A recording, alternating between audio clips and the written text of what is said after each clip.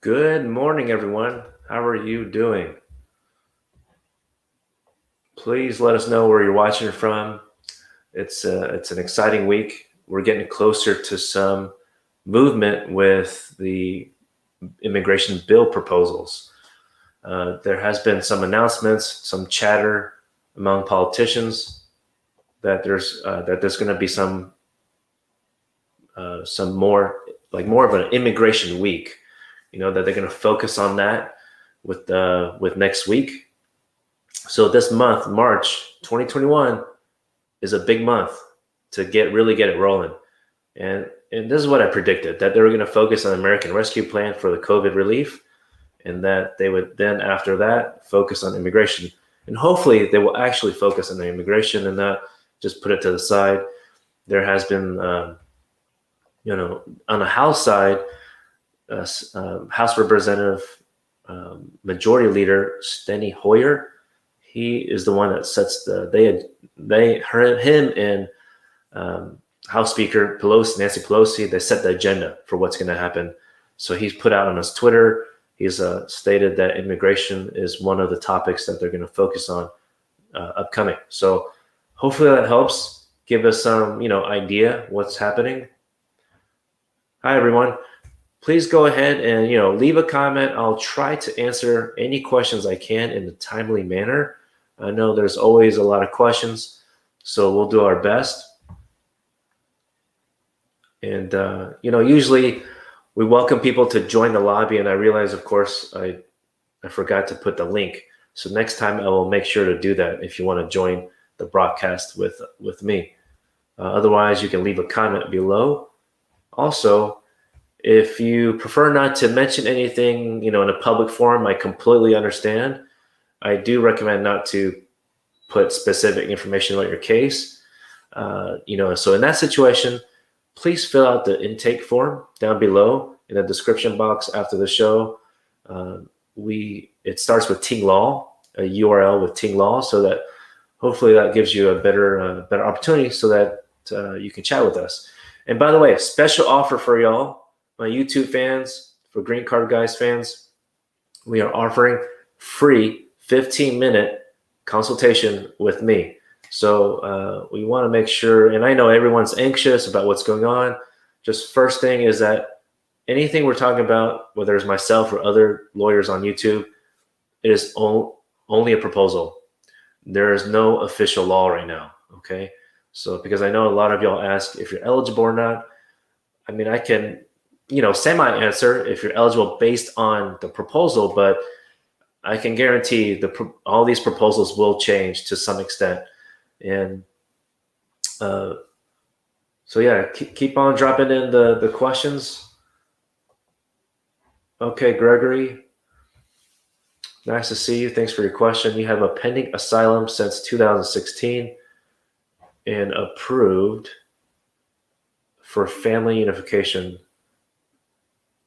since 2010. Okay, that's great. If your time comes to get an immigrant visa, can I get it in the United States? Well, I think you mean, okay, so without leaving the US. Okay. Family unification. Yeah, there'll be a lot more questions I have to ask for you, okay, Gregory? So I can get a better idea. Really hard for me to answer that kind of question on YouTube. So please fill out the intake form below, and you will get a free 15-minute consultation, sir. Okay. So this is a special offer for y'all. Free 15 minutes with me. You're going to speak, of course, with our client advocate first so they can collect more information. And then you'll be given a time with me. And of course, unfortunately, if you miss the phone call, that's it. No more free 15 minutes. So if you schedule a time with me, you got to be available for that time. We've noticed, unfortunately, the past month, some people, I get it. You get busy, but I mean, I can't offer a free block of 15 minutes again, since it takes up time from other people that really deserve it, right? Okay. Shatish Patel, thank you for tuning in.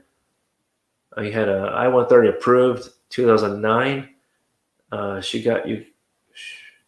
I think we say she got divorced 2013 by herself. Does that mean you filed for divorce or someone else, your spouse? You don't have any deal with immigration court yet. I think you mean maybe it's not dismissed yet. I don't know what you mean by deal. Unfortunately, at least under Trump administration, the government, Council, Department, Homeland Security, they really didn't like making any deals, unfortunately. At least under President Obama, even though it wasn't perfect, it wasn't great for immigrants, it was a lot better than under Trump. And under Biden, I do have received indication from the top level Office of Chief Counsel for Department of Homeland Security that it appears they will soon have some better, they have more authority to make deals. So I know you wrote the word, you typed the word deal. I don't think that's what you meant, but I just want to share that since you wrote that word. So maybe depending on everyone's case, you might be able to get your case dismissed. We really have to look at the facts. We cannot promise that for any case. So we do handle cases in immigration court. Lawyers call that removal proceedings. So if you look online, some people might call it deportation proceeding. So we're happy to assess the situation for you to see if you have a chance to get it dismissed or just if there's any plan for the future, like file for relief, a specific application. So we help with any cases across the country, all 50 states, whether it's through USCIS or for immigration court. And if you want someone face-to-face for you in a different state, we're happy to find a different lawyer for you. Personally, I'm here in Houston, Texas, but we handle cases all over the country. So, okay, now I went on a tangent about the deal. So if immigration reform, do I need to get FOIA from USCIS and So great question, Shitesh. I always highly recommend requesting FOIA, which means, for those that don't know what FOIA means, that is Freedom of Information Act. It's a process where whether you or you need a lawyer's help, we can do it for you. We request your past records for any immigration agency. So we will send that request, and we can do that by email, fortunately. So, but usually, depending on what you request, if you request the whole file, which of course you would probably want it if you don't have a copy already, then that could take several months, at least 2 to 3 months minimum.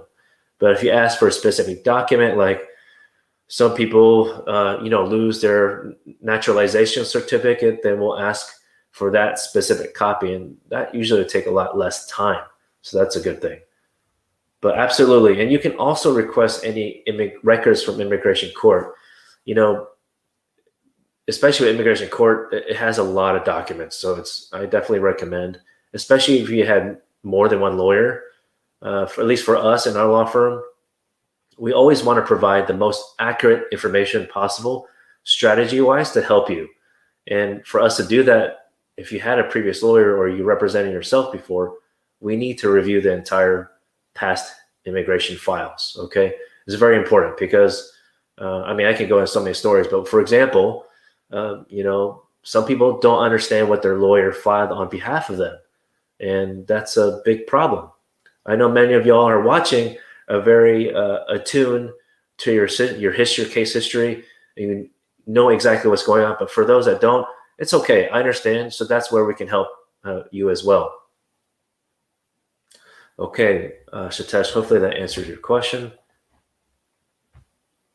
Okay, Fahmi, if the law says 18 years or younger, so if 18 years plus, couple months, still eligible, as long as she didn't turn 19. Well, first of all, aside from the proposals, if anyone that turns 18, so 18 or older, even 18 years old in one day, and you don't have any status, not even like a temporary, let's say TPS or something else like DACA, then unfortunately, it will start the time for unlawful presence. Okay, so if it's been 180 days in America, unlawful presence, and that person leaves America, there'll be a 3-year bar. Now, if you stay in America for 365 days and you're over 18 years old, and then you leave America after that, that is a 10-year restriction, 10-year bar. So I know many of y'all know this as well, but I just had to share that just in case someone, whoever's watching, don't know that. Keep the questions coming. Let us know where you're watching from. I think that's always interesting to know. But to answer your question directly, Fami, I really would feel bad to answer that kind of question because right now it's only a proposal. And there's also so many variations, so many different pathways available.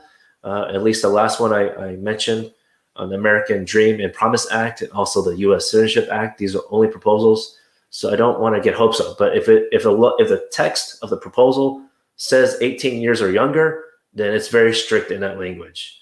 There is no wiggle room in that kind of situation. So hopefully that gives you an idea. Your second question: any impact on a deportation process while file FOIA from USCIS? No, the government doesn't penalize or punish anyone for requesting documents. That would definitely be a federal lawsuit if that was the case. That's the only thing I would guarantee. There's a bunch of lawyers like myself that we don't like the government to take advantage of, affect clients that way. So no, there's no impact. I mean, the only impact, if you mean like timing of your case, I mean, it depends on the timing of your case, right? Because where you're asking for files from USCIS. So USCIS is I'm sure you know, is a different agency than immigration court. So if you ask for files for USCIS, that definitely won't impact. It should not impact in terms of timing of when your immigration court case is heard, right? But if you're asking for files, because it's a different agency, but if you're asking for files directly from immigration court, then it could impact. So let's say you have a immigration court case, a final trial next month, or anything within 6 months, right? And then you ask for files from them. Depending how old the case is, it could be in an offsite location because the judge needs to see everything. Who knows yet if everything is online in a computer database for them? I would hope so, because it'd be a lot faster for these trials to process. Sometimes when we're in court, whether it's a master hearing, like it's kind of like pretrial, or a final hearing, we also call that a merits hearing. Some of these judges take a long time, and I can't blame them, because there's so many documents and everything's paper-based. They literally have to flip through everything. So some of us immigration lawyers are encouraging the court system to advance their technology, which they had a memo about it 10 years ago. Can you believe it? And they're finally doing conference calls, at least for detained cases. Which, by the way, I need to check Twitter for y'all real quick. And it's weird, right? I mean, I'm checking Twitter for updates from immigration agencies sometimes, and also the websites. But I go to Twitter to DOJ_EOIR to find out also when certain courts are closed. So in general, if you have a case that is non-detained, well, if you're on YouTube, then you're non-detained, then these cases are postponed. As of March 5th, they said they're postponed until April 16th. Now, there are some courts in different locations, very limited, that are open for non-detained cases. So hopefully that gives you an idea, okay? You want to keep track of your case. If you have an immigration court case, you do want to call the hotline. Let me see if I can add that for you. Okay, that number. Okay, I'm going to put that in these.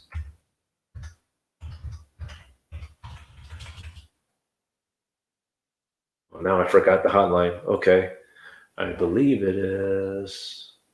Don't worry, I'll get to your next question. But Chitesh, hopefully that answers your question, sir. Okay, here we go. I got the hotline number. It's 1-800-898-7180. Okay, so that is the hotline number. Let me add it here for you. Okay, it's very important you keep track of it, especially since they're updating the court. Okay, so it should be hiding. Okay, there it goes. Okay, there it is. So 1-800-898-7180. You do have to, it's an automated system, so you have to hit certain numbers to enter your alien number, a number, and then you can hit 1 to confirm it, and then there's another number for asking for your next hearing date. Sometimes the mail lately, as you know, with receipt notices being delayed, I don't know what's going on with USPS. They really need to get their act together. It's getting ridiculous. USCIS and also USPS is what I meant to say first, but everything is slow because they're not coordinating. So they need to figure that out. But anyway, what I was trying to say is that because the mail is so slow, that's why you have to check the court hotline to see when your next court hearing will be, because you don't want a situation where, I know you're on top of your case, but then let's say you just forget to call that 1 month, and they change the court hearing, then the judge will order you removed. We call that order removed in absentia, because you didn't show up. And even if it was not your fault, we do try to find a way to file a motion to reopen. It really depends on the circumstances, the facts of your situation. We've had cases where, for example, people. So I want to share a couple of stories here on this kind of situation. Motion reopen. We've had a client before. Of course, I'm not going to share the name, but they hired a notario, which I don't recommend you do that. At least consult with an immigration lawyer. But they hired a notario for a different application with USCIS. The application was denied, and USCIS referred that person's case to the court system. And they didn't know about the court date, because any mail that was put on any address that was put on an application was sent to that notario's address. And I mean, I guess that was one good thing that notario did. They called that person and said, "Hey, by the way, your court date was yesterday." Yeah, just a little bit too late. So that's part of our service as a law firm. If we know you have a court date, we check every month for you. Okay, we have a system where we can do that. It's a lot easier for us. Let's see here. I just have so much information to share, but yeah, that's just one. I know I was going to mention another one, but let me get back to the questions. Okay, Jexo. Sorry, I don't know if it's pronounce your name Jexo or Hexo, so I apologize. Good morning to you. How does investor visa work? Appreciate the question. Is anyone eligible to get one if they have the right amount? Well, first, if you're looking at E1 or E2, well, Jexo, please fill out intake form below, because it really depends, of course, on the facts. Some people want to buy a franchise in America and or open their own business. That is possible, but it also depends on which country that you are you're a citizen of. Okay, so because there is something called treaty trader visas, and it's not for every country. So I know I can say for at least Vietnam, they're not on the list with the Department of State to do E1 or E2. So that's why at least people that can afford the EB5, the 900,000 plus investment to EB5, usually we recommend to go through a regional center. That is possible for people who are from Vietnam, for example, because they can't go through E1, E2. So there's a lot to go through on that, and we're happy to have a preliminary 15-minute consultation, Jexo, because you're watching on at least you're showing on Facebook, but subscribe on YouTube and you'll get that free 15 minutes. But honestly, to be honest with you, we're of course honest with everyone, something like investor topic will require definitely more than 15 minutes, usually 30 to 45 minutes, which we do require payment. But we can definitely have a preliminary conversation. Okay, by the way, if you're asking how to schedule appointment, you can, if you need an appointment and you know that you would like a free 15 minutes, going to the Calendly is not the best way. The Calendly website right here, that is if you need a paid consultation because you need more time. Usually people that want free 15 minutes, I understand. You just have that one question, but to be honest, sometimes that one question, lawyers, if you talked to a lawyer before, just like on this YouTube channel, we like to talk a lot. So, but not because we necessarily like to, but our answer is very in-depth, So I always try to get it under 15 minutes if possible, but it's difficult. So another way. Okay, here it is. So here's our phone number. It's scrolling down below. Okay, and then you can call in. You call that number, and then you'll have a chance to talk to our cares team, and they will get you set up, scheduled for a free appointment. Because on my Calendly website, we don't list that on the Calendly website, as I said before, and that's because it's a special offer for YouTube fans or those watching on Facebook, for example, like Juxo. So I appreciate y'all following. Keep staying tuned. Let me get to the next question.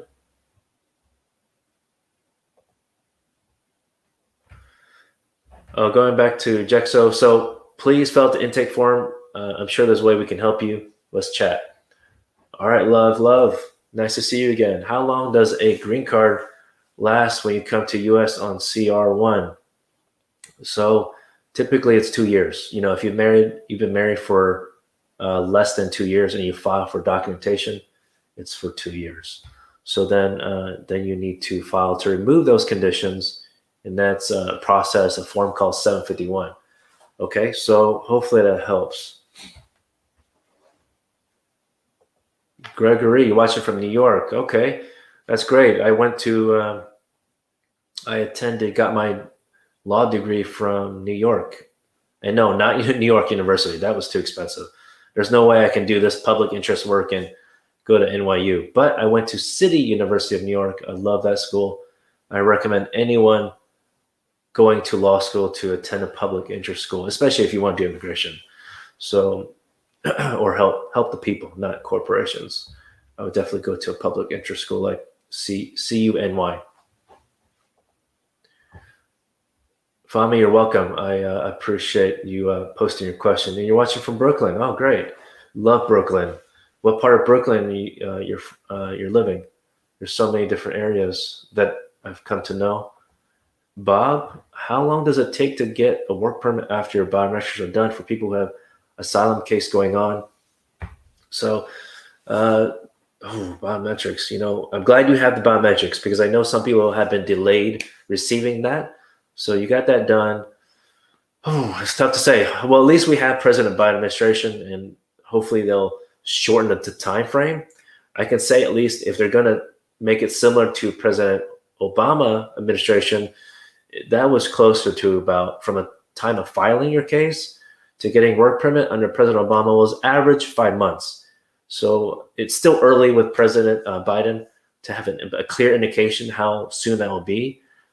Because right now, I mean, processing times, most of the time they're not accurate, right? At least under President Trump, he extended the processing time. So anything that we used to say average 12 months in general for an entire case, like for a marriage-related case, then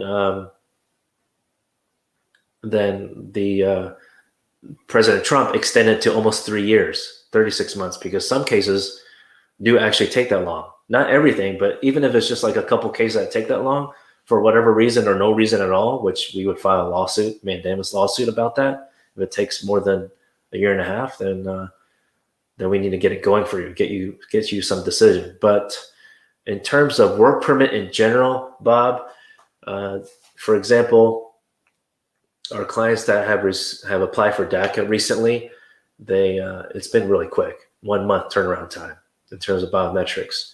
So I don't want to mislead you though, because you have an asylum case. I wouldn't necessarily say it because if it's an asylum case, it would take a shorter amount of time. But I would say on average with Biden, it would probably take 5 months if it's going to be anything similar to Obama. Okay, now I see your second question. If you have a case of asylum and withholding removal, so you file the I-589 form, okay, good, and you get married and you got approved I-130 and 485 who's going to grant you a green card from USCIS or the judge who is going to approve it? USCIS or the judge in the immigration court? Really great question. All your questions, everyone, is great. So please keep posting. Let me know, and also let me know where you're watching from.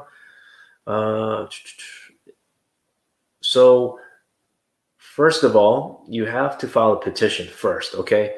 You can file a petition even if you have a case in court. And but when it comes down to 485, you could file it, but sometimes, at least under President Trump administration, the USCIS will close the 485 case because you have a you have a case with court. So it just depends on the circumstances. What we do is we do file the 485 personally, what we do in our law firm, because then we can show that as proof to the judge. Hey, we have this case. We have a lot of marriage evidence, which, by the way, pro tip here, a good amount of people who file on their own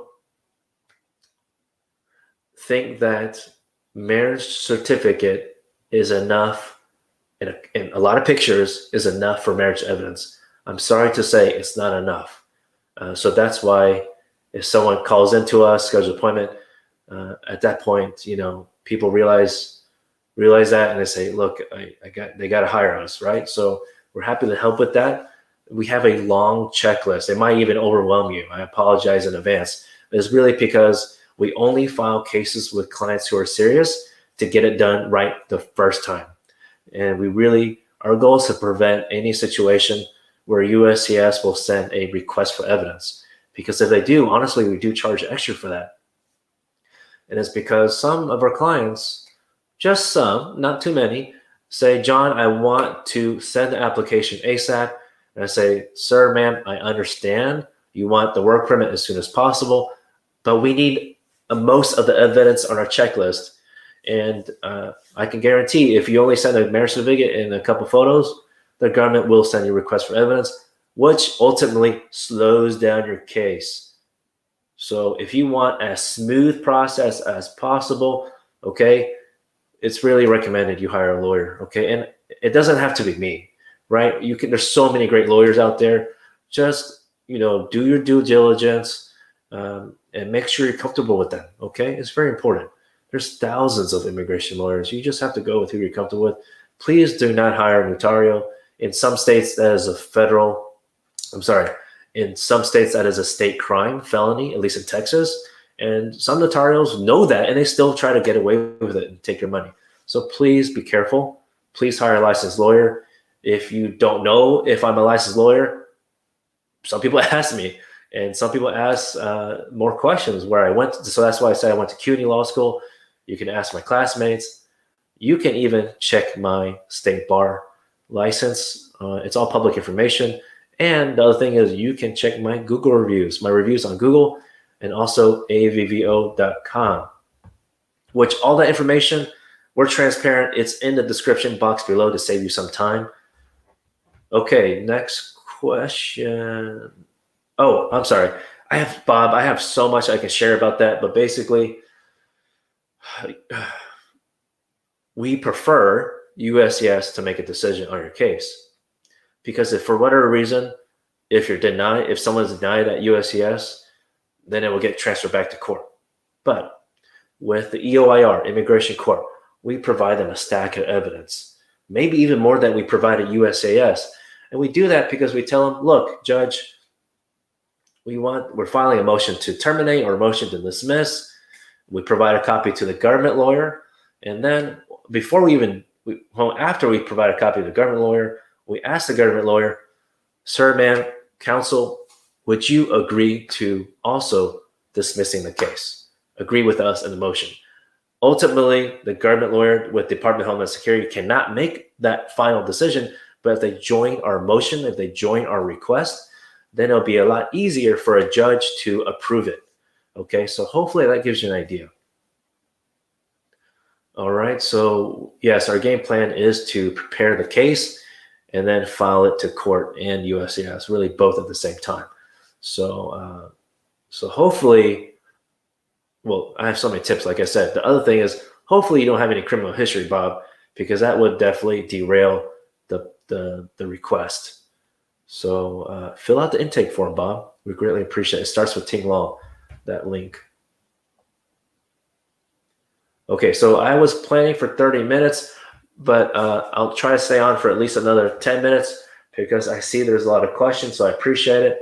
But if I don't get to your question, please call into our office number and ask for let them know, because our cares team won't know automatically from your phone number, right? Please let them know you are a fan of Green Card Guys TV and that you subscribe to the channel, and they'll honor you and provide you a free consultation. And please share our video to your friends and colleagues if you think they have an immigration question. We want to be able to help as many people as possible. That's why we have this YouTube channel, because traditionally, without the YouTube channel, we had to have a consultation, and that takes a long time to share. I want to be able to provide value to you. So Facebook user, yes, you're welcome. Appreciate it. Happy to help. Nicole, nice to see you again, my friend. Can you explain essential workers for me, please? Ooh, that's another $1 million question. I would love to, but from the one I can remember right now, the House of Representatives from Illinois, he has not provided a text of the information. I could be wrong, but I'll check again today. But if he has it, I just don't, to give you an idea, I don't think that'd be the most, unfortunately, if there was a priority list on all the different immigration proposals, I think that would be the least, I think it's on the bottom. That's not to say that essential workers would not be included in the other proposals, but if you're only asking about the essential workers one, that is probably not a priority. I know that Congress, they're focused, if there's any group of population of immigrants, if there's a category, I hate to categorize, but if there's a category, they're thinking about dreamers, even if they don't have DACA, but they would qualify for expanded definition, and also for TPS holders, because TPS, there's many countries that were designated from the early 90s. For example, like El Salvador and Honduras. And I believe I just got information that Venezuela, they just went through something called Federal Register, and and we'll provide more information about that. But for Venezuelans, they've also been designated for TPS, temporary protected status. So Nicole, I can't answer that directly because there's just a lot of information. They call it Immigration Week, but I call it Immigration Month. So I will definitely keep everyone updated on the proposals, which I'm actually going to be recording a video later today, because there's a lot of information to provide in more detail. So please stay tuned. Subscribe to the channel. Shitesh, you're welcome. Param Veers Gaming. Oh, you're a gamer? There's a lot of hot stocks for pretty soon. Hope to chat with you about that. Yes. So to answer your question, I think I just answered, right? So if you want to, you have to call our phone number, okay? So it allows you can fill out intake form that starts with Ting Law down below. You can do that to save you some time, and then one of our cares team member will call you and schedule a free 15 minutes for you. Okay.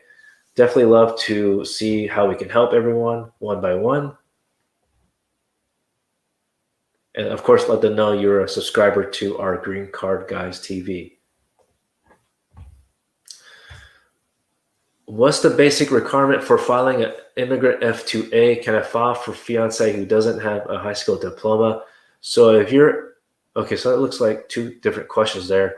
F2A in general, okay, that is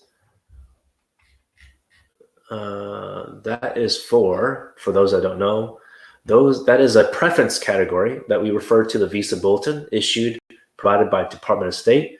So the F2A is just one of several categories. This is for family-based relationship, and this is for spouses and children.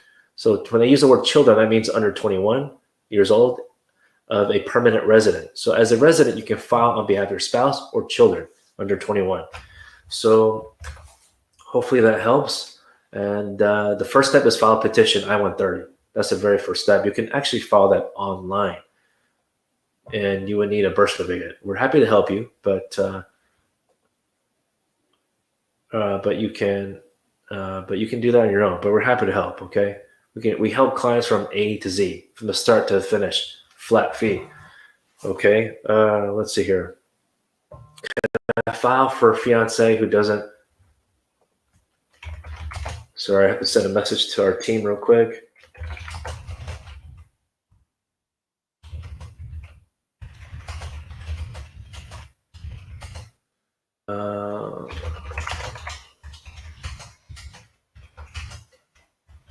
Okay, so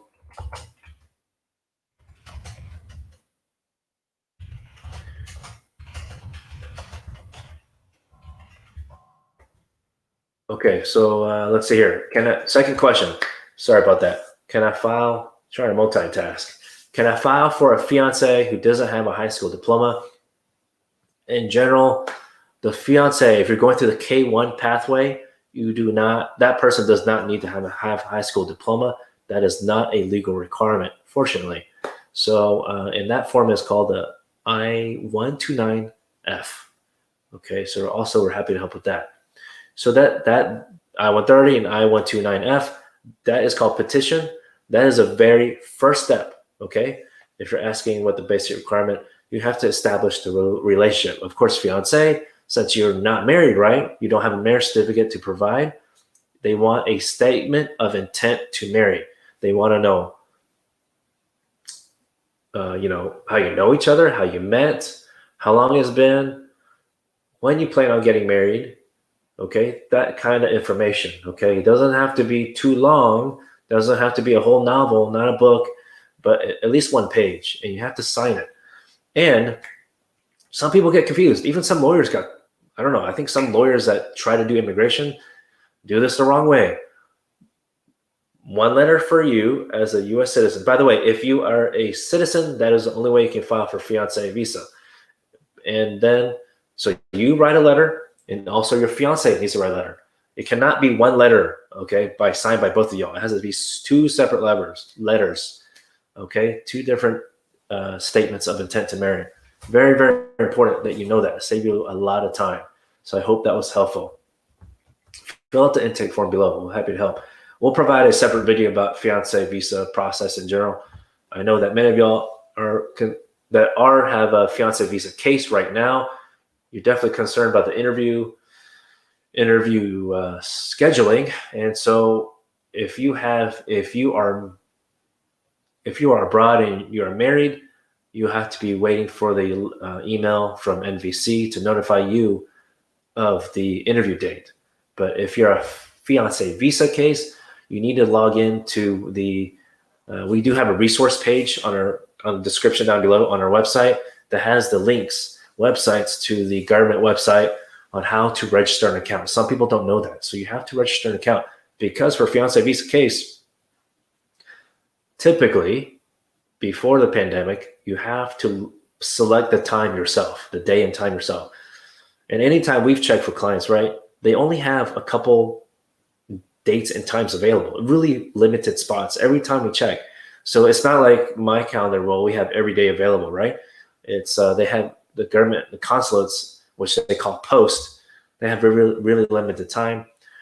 I'm not sure yet if for fiance visa case, they haven't notified people if the government's going to be proactive to follow up with people who have fiance visa cases that were filed already and waiting for the interview. They did mention they were going to prioritize them, but traditionally, I don't see how they can prioritize unless they notify you. So, but I don't want you to assume that they will notify you. If you have a fiance visa case and you're waiting for interview, you need to check those websites and check their availability if it's been open. Okay, I can't check for you unless you're my client, because I need the the login information. But we do that for clients. We do check for you so that I get it. Everyone's busy, so that's part of our job. That's an offer we provide. Hi, how are you? Yes. Anurit Dylan, 485, received date October 12th.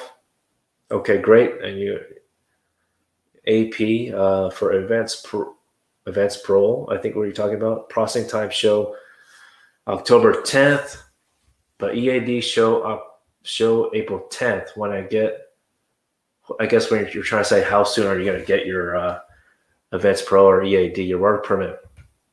So if the cutoff time, let's say, I'll give you an example. You said receive date. So it's not based on the receive date of the 485, but I'm assuming you filed everything together, right? Some people forget to file the 765, 131 for the AP with the 485. So that's where we come in. We help to take over cases like that and get it all streamlined. But assuming your 485 receipt date and the 765 receipt date are the same, you said October 12th. And okay, so if the cutoff time was October 10th, if that's what you mean, you have to wait a couple more days before you submit inquiry. And honestly, the best way, I know you may prefer to call in to the hotline, but as you probably have tried already, it takes a long time. It's very frustrating.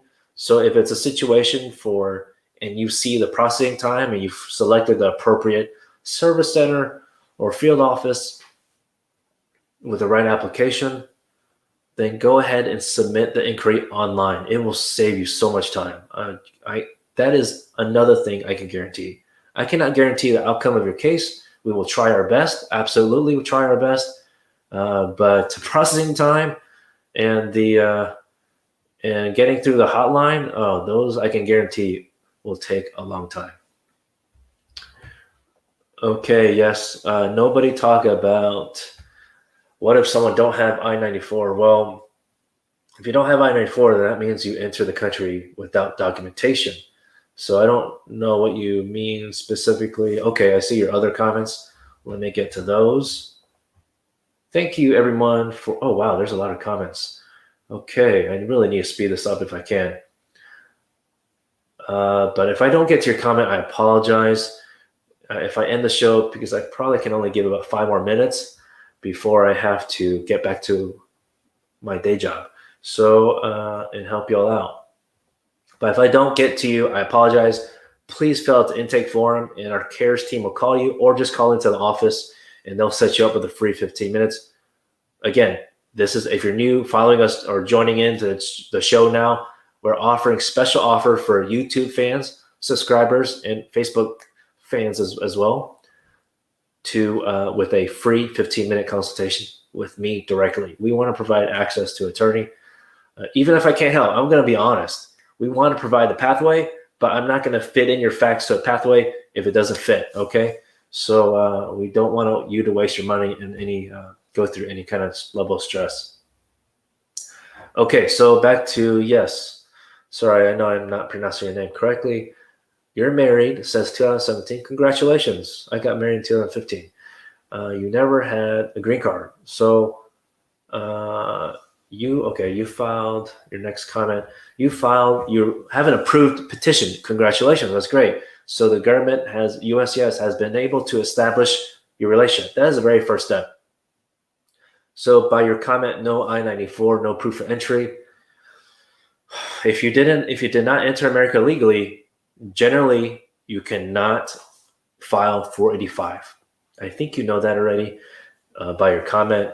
So if you said you're married, so you're married to a U.S. citizen or a resident, you can, if you enter the country without documents, there is a process, there is a way. It's called waiver, family unity waiver.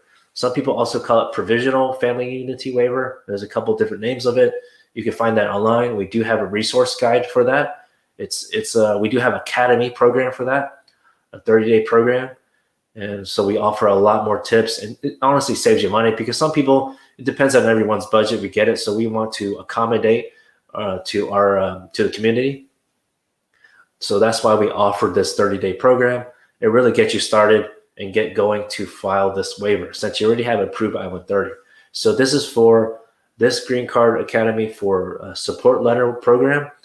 It's really to focus on the process, to explain that with you, share the expectations about the government, and also give you some guidance on how to write a hardship support letter.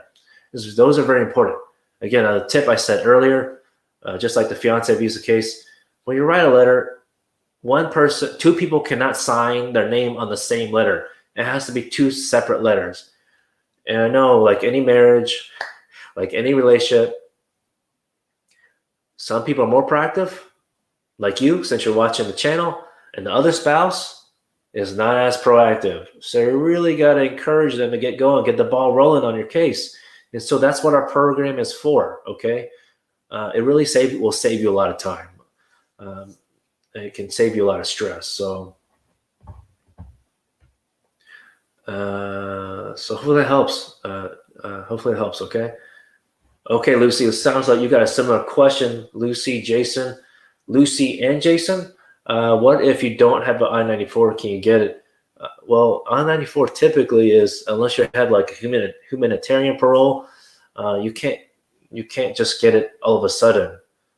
So if you already enter the country without documents like a visa, then you can't get I-94. So if you're married, like I was speaking with, sharing with Yes and everyone, you fill out the intake form down below, and fill out the intake form down below so we can evaluate your case to see if you're eligible to even apply for the family unity waiver. Okay. Hey, Bob, you're welcome. You're welcome, sir. Let's see, Rain. I think you've asked. Thanks for tuning in again, Rain. I think I recognize your name. Will the government ask you to pay back taxes if you're undocumented and not paying taxes? Well, in general, whether you're undocumented or not, yes, they will ask for more money from you if you haven't accurately filed your taxes before. It's not necessarily, well, they could ask for more because they could argue and say, you need to pay interest and penalty fees. So in this situation, I am not a tax professional. I can't give tax advice, but even myself, even as a lawyer, I hire a different professional that only does tax. Okay, so if you need a referral list, you can hire, just like a lawyer for immigration, you can hire an accountant or a tax professional in any state. It doesn't have to be in the same state, as long as you're comfortable sharing documents over the cloud or over the internet. Personally for me, I encrypt my tax documents, so you have to put a password in there or a PIN number. So hopefully that helps, because a tax professional, I guess to your main question, a tax professional can help you try to reduce those penalty and interest fees as much as possible. They know the way around the system, just like I know my way around the system, or in the system for immigration. So that's what I recommend. Nadeem, nice to see you, boss. I'm good. Thanks for joining the show.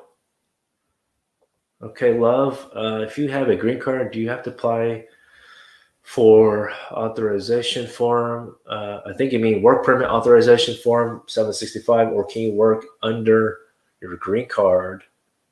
We are married less than 2 years. Oh, okay, wonderful. All these questions are wonderful. So, love, to save you the time, my friend, if you have a green card already, an existing valid green card, you do not need to have a separate work permit. So forget that old temporary work permit that you probably had before. You don't need it anymore. But in these kind of cases, for you as a conditional resident, you marry less than 2 years, we always help. Even if we're helping for the 751 and we didn't help you for the beginning of the case to get the conditional card, we have a system in place where we remind you 6 months before the 2 years expire, so that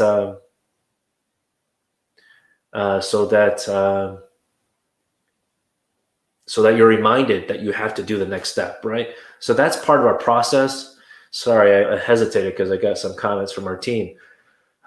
Finding ways to help you. So several of y'all have already called in the office and filled out the intake form, so we greatly appreciate it. Please, if you haven't done so already and you think you have a case, or even if you don't think you have a case but just want to make sure, go ahead and fill that out. It starts with Ting Law down below in the description box. Okay, so love, back to you. Hopefully we can help you in the future. You might not need a lawyer, but if you just need some advice, we're happy to help. Okay, but yes, you need to remove your conditions 3 months before the 2 years expire. It's very important. And even though you won't get a decision on the 751 application anytime soon, those usually take a long time. On average, 18 months. Doesn't matter which president. That takes a long time in general. I don't know why. I would think that should be in 6 months, honestly, because everyone's anxious. But on a receipt notice, when they send you, or when you file your application 71, they will extend your status for 18 months because they know that's how bad it is. They started that a couple years ago. They do that automatically now because they know how horrible they are in processing these cases. So I know that's not a question to ask, but I just want to share that pro tip. So no one is as anxious. Oh my goodness, I went over my time slot. Okay, so you guys are getting a lot of value here. Let's see here. What's the new what's the new information? I hope you've been listening. Share a lot of new information. If anyone's wondering about progress on the proposals, immigration proposals in Congress, we're gonna have a premiere show later on. Okay, later today, hopefully. If not today, I apologize, but it'll be tomorrow. It will go premiere live, and we'll definitely let you know when that will be, what time. Okay, so you can stay tuned. But we want to wait a few more hours, see what Congress is going to do before we don't want to share the wrong information. Well, I guess this kind of goes into that. Is it true that DREAM and PROMISE Act might be passed through reconciliation? And also the House version said you had to be here before January 1st, and the Senate says 4 years before, which is right.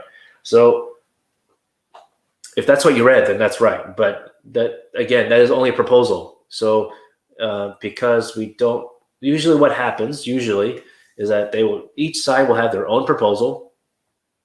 They try to make it the same, but of course, like in this situation, it's not the same. And so what they try to do is the House would pass their version first, and then the Senate will say, look, they could either say, we like everything in the House version, so we're going to change our version to match it, or they're going to make their own version and stick to it. And they call that go through passing amendments. So the amendment can add things to it or remove certain language that's in it. So removing something like showing that your person is here 4 years before. To be honest, this is what I expect for any of these proposals that Congress, Republicans specifically, will ask for anyone to show that you have been in the U.S. at least several years before January 1st, 2021.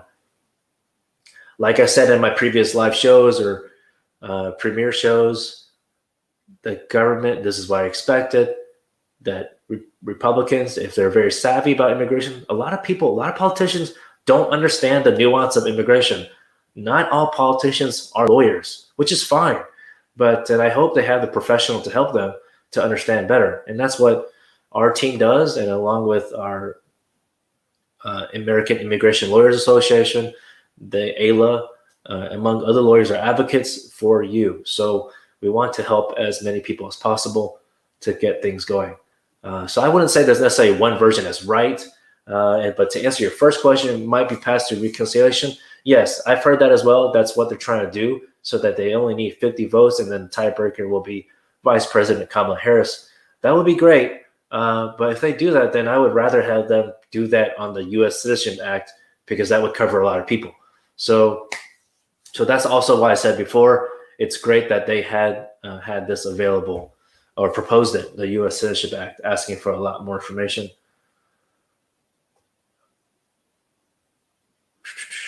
Okay, sorry guys, sorry everyone. Last question, and then I have to get going to the consultations, get back to my day job.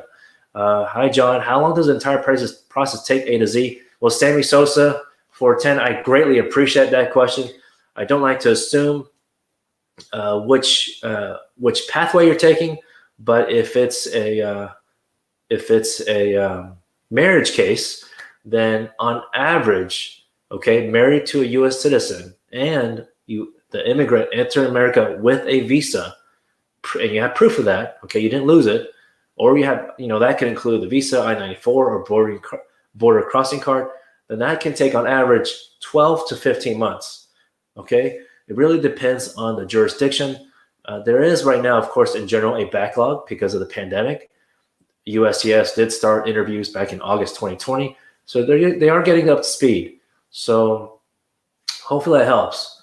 Now, if it's for someone consular process, something we call consular processing, that you're abroad, the immigrant is abroad, it is taking, usually we say 12 months average, right? But as you all know, pandemic wise, they have not scheduled new interviews. There are very few U.S. consulates and embassies that have started scheduling interviews and actually completed the interview in the past month. But that depends on the location. Okay, so what I'm trying to say is if your spouse or fiance is abroad, those will take longer than those that are in the U.S. currently, just because that backlog is in the thousands. Okay, hundreds of thousands. So that's very unfortunate. So I'm sorry that. Thank you, Sammy, for the question. This is the last question I can answer now because I got to get back to my day job. So what was I going to do here? So if you would like a free consultation, then let me see here. I got to post it here. There we go. If you're tired of waiting and you want the accurate information, call our number 469-645-8464. Our cares team will speak with you, get some information, and then, or if you don't have time to call, that's okay. But later on tonight or sometime, fill out the intake form below. It starts with Ting Law. That is the website link in our description box. Okay. And one more thing, since many of y'all are still watching, we do have, there it is. We do have a special offer that's still going on. Again, disclaimer, there is no new law. It has not passed yet. But because I understand you fill out, many of y'all have, 85% of y'all have answered our poll saying if we open up a priority spot for you, and then 20 spots every 2 weeks, okay? Special offer right now is $249. This is a high value proposition. What this offer is that you would be prioritized in our case list for us to send out your case first, okay, within the first 2 weeks of a law passing. Of course, if that particular law does not benefit you, we will give your money back. And unfortunately, we do have to keep the consultation part of it because our cares team and myself would have already provided some kind of consultation with you. So that part is $99. But otherwise, this is a really good deal. That's $249 is only available until March 15th, so one more week. So if you want more information about that, fill out the intake form below, and our team will get that sent to you so you have more information, okay? Thank you very much for watching. We appreciate it. We just hit 1 hour. Stay tuned for our show on Friday at 1 o'clock. Thank you very much, and have a great day. Please continue wearing a mask.